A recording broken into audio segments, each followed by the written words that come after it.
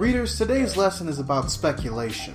Now, the definition of speculation, or speculate, is to form a theory or conjecture about a subject without firm evidence. And I can't honestly think of a better current day example other than what happened this holiday weekend. A rumor has spread about the next solo Batman movie, which would star and maybe even be directed by Ben Affleck. However, the thing about it that has the internet in a buzz right now is the reveal of who the villains are. The Joker, who will be played by Jared Leto because, of course, and Jason Todd.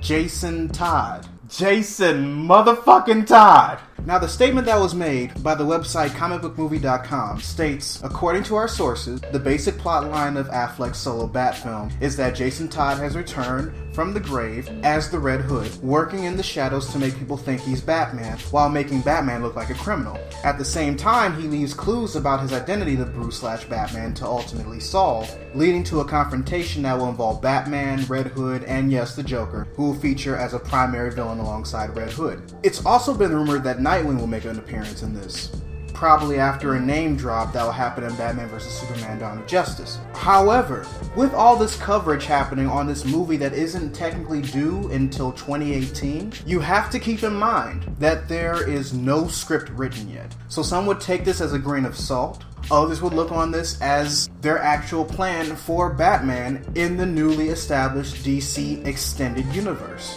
But a lot of people, low-key me included despite how hyped I was, are looking at this exactly for what it is. Speculation. But LaRon, why is this the point of today's lesson? What's so bad about speculation? And that, readers, is precisely the point I am trying to make. There is nothing wrong with speculation. If we go by the definition I just gave you, speculation is nothing but guesses that keep us thinking.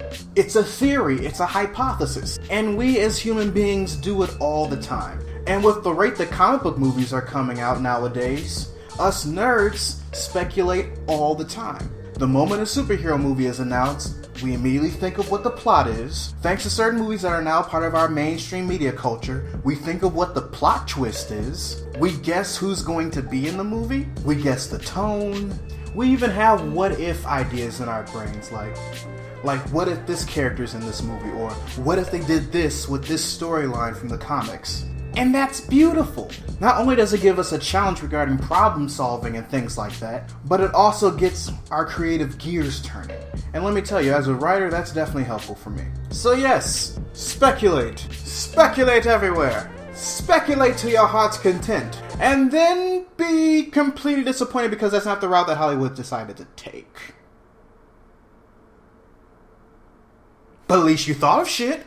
And that's truly what matters. So your homework for today, readers? Leave in the comments section below your grandest theory that you came up with regarding a fandom that you belong to, if you have one. My grandest theory, because I refused to read the books because there were so many songs, Sam was Sauron all along. Yeah, my mind does things sometimes, and that was one of them. But this has been Readus 101. Class dismissed.